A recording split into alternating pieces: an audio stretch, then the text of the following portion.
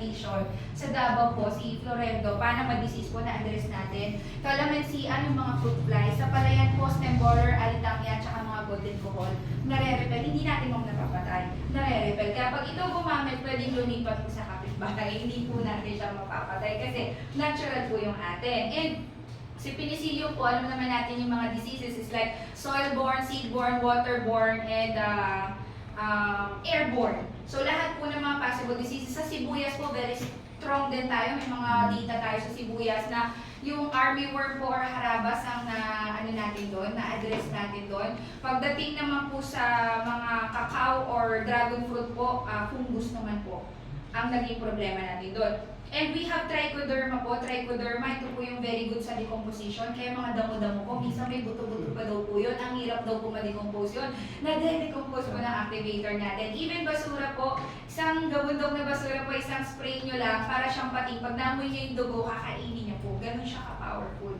Kaya sana po, if ever, next time po, mabigyan kami ng chance na makausap din si Penro or PGN, kung anong tawag dito, is makakatulong din po kahit po sa mga establishments natin ng mga wastewater treatment facility and even yung mga MRF, markets, yan, slaughterhouse, lahat po ng mga namumroblema sa foul odor, pwede po ma-address ng technology natin. So we have a very good trichoderma. Sabi po nung isang agriculturist natin, we have, nung tines po yung trichoderma natin, we have the highest form of trichoderma. Kumbaga may 3 klase daw po yan and we have the best trichoderma po. Kaya normally, pag magbabiodegradable, magpo-compose po kayo ng biodegradable, 21 days, sir, bago magbago yung kulay, bago mag-decompose. Yung trichoderma compose activator. Yes, tama. Kaya kalaban lang natin, sir, chemical, actually hindi naman natin kalaban ng chemical, sir. Ang kalaban natin, fungicide lang. Opo. So, pero syempre, iba pa rin yung efficacy ng walang chemicals sa may chemicals. Tama po. So, kaya ang ginagawa namin, wala po kami binabago sa protocol po ni farmer. Kasi sasabihin ni farmer, hindi ka pa pinapanganak inin, ay farmer na ako, tama po. Wala po tayong babaguhin. Kung ano protocol po ni farmer, same pa din po. Ang mangyayari lang po, kagaya yung ginawa ni Ma'am Min, nagbawas po siya ng synthetic fertilizer, ng herbicides, ng pesticides, ng kung ano-anong chemicals po niya. At pagsuso, pagkuhod, diba? Nabigay na lang sa kanila. Yes, opo. Tapos, i-incorporate po natin yung technology natin so wala pong dagdag gastos. Tama po? Kasi nagbawas ng gastos. Yung binawas, yun po yung ibibili po ni farmer nito. And kung ano po yung protocol nila, normally magbabasal kayo, di ba? Magsa-side dress, magta-top dress.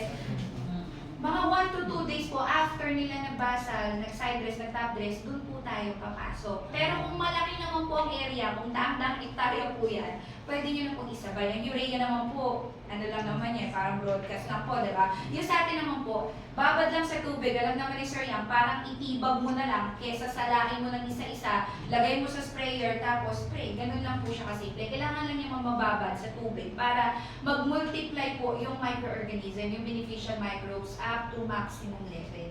Ganun naman siya kaganda. Opo. So, yan.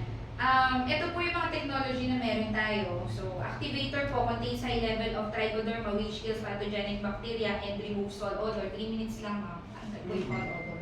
So, pwede natin itong matry kay Penro. Tapos, pwede tayo mag-demo on the spot. Demo tayo para makita niya kung gaano kabilis. Farmer's Sprint po strengthens overall plant health and accelerates plant growth. Maxi Grow po, ito naman po increases fruit yield and helps in overall plant health. Nagpapabulaklak, nagpapabunga, ito po yung natural foliar. Si DA, ma'am, ito yung normal nilang in-order kasi may NPK express. Yung normally po yung budget yung po last year, may presence ng NPK po dapat yung para sa ngayon, tama po? So if ever, biofertilizer, alam ko po mandatory naman po ngayon ng mag-procure po ng biofertilizer si Provincial Agriculturist. Sa Occidental Mindoro po, si Provincial Agriculturist po, nag-PO na rin po this year. Last year pa po yun na-budget. So, pangpalaisdaan po, ito po, lumusong kayo sa tubig, kahit mainit, malamig po sa ilalim, napakataas po ng dissolved oxygen. Kaya po yung mortality rate po, napapababa natin. Okay, so, proven and tested po yan, yung fish kill po sa Pampanga. We also treat fish kill right now. Yes, opo. Dati po wala pong treatment. Correct. Meron po. Correct. Ang maganda dito, ma'am, bukod sa natitreat yung water, yung microorganism, once nasa soil siya, hanggat meron siyang bad bacteria pinakain, nandun na siya. Hindi siya nawawala. Nakakatulong din siya to ano ba to? Reduce po yung mga non-organic inputs.